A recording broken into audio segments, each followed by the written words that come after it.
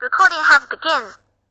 Assalamu alaikum wa rahmatullahi wa barakatuhu. My name is Shazad Hussain and I live at 20 Primary Way in Undercliff, and today it's been 190 days. 190 days that my brother's been kidnapped from my care by the local authority, West Yorkshire Police and Bradford Council, and they have been working closely in collaboration with Manningham Housing Association to have me removed from the premises. And in order to achieve this, they needed to kidnap my brother while there were ongoing court proceedings in the county court by Manningham Housing Association, who had been acting as proxy agents for Bradford Council, and as a consequence of which the courts and tribunal services are being privately commissioned out by Bradford Council to railroad the Housing Association's case in their favour. They finally achieved this on the 7th of February and are now looking to remove me from the premises whilst holding my brother hostage without me knowing where he is. I mean, how is this not a perversion of justice? The courts and the tribunal services and the justice system is a joke, and it's made into a joke. It's made that a law is an arse because Bradford Council makes it into an arse for its own personal benefit, for its own personal and financial benefit at the cost of the people that it's meant to be serving. My brother's been kidnapped. I have no idea where he is. For 190 days he's been taken from my care, just like my mother was taken from my care, and I had no idea I could no longer represent her. Just like I now can't represent my brother, raise complaints on his behalf. That's my job. That's what I do. That's as a trust beneficiary. He's a trust beneficiary, I'm a trustee, and I make sure that I look out for his best interest. As his nearest relative, as his brother, the local authority don't want that. They know the fact that I'm truly independent. I'm not dependent on the local authority. I'm not dependent on them at all. I have my own means.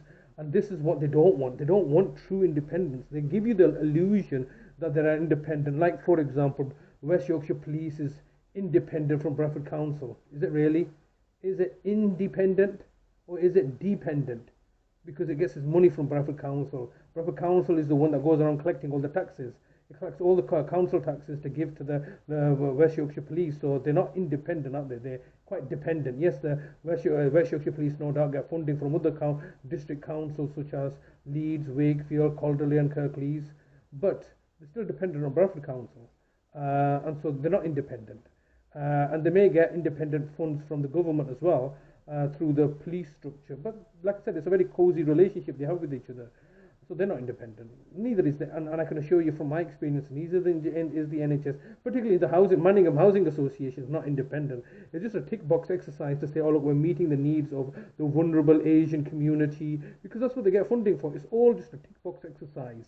They're making us into a tick box exercise so they can financially plunder and profiteer and put us into ignorance and misery and not tell us what's going on. So this is the bottom line of what's happening here. They are all colluding and conspiring with each other in order to target and victimize me because I look to expose the failures in adult social care. And this is the consequences of such an enterprise, such endeavors. Now they're looking to break me. Today was an interesting one. The gas safety inspectors came, the Manningham Housing Association came, I believe, with the police. I think that my neighbour told me that they came down with the police this morning to do a gas safety inspection, which cost around about £50.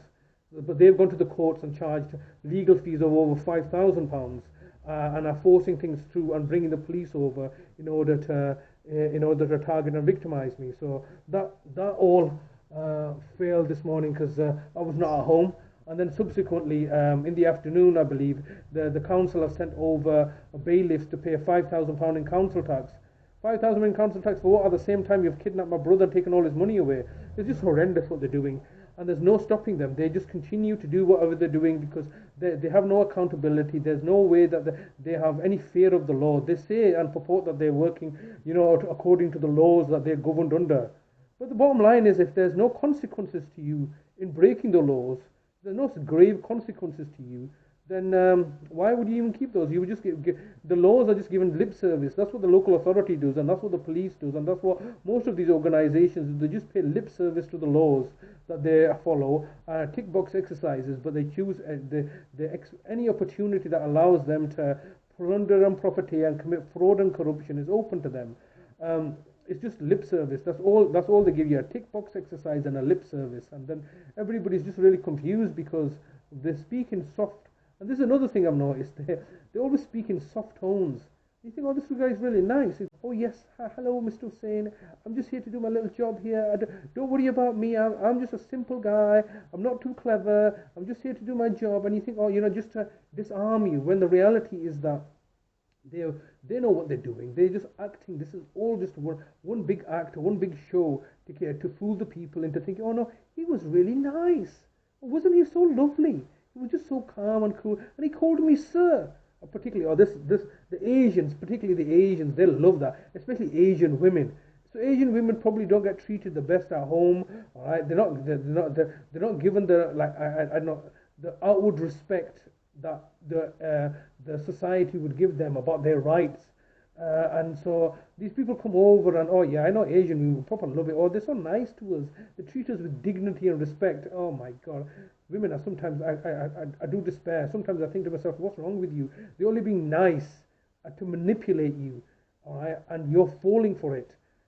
And I guess maybe it's just the nature of women to easily fall for the charms and graces of swindlers and charlatans, because you know they're lying. I know they're lying. I've got no vested interest to be nice to you, but they have, because they want to get the foot through the door, and it's my door. They want to get a foot through. So obviously I'm going to be more stern with these people. But the women always say no, give them at face value.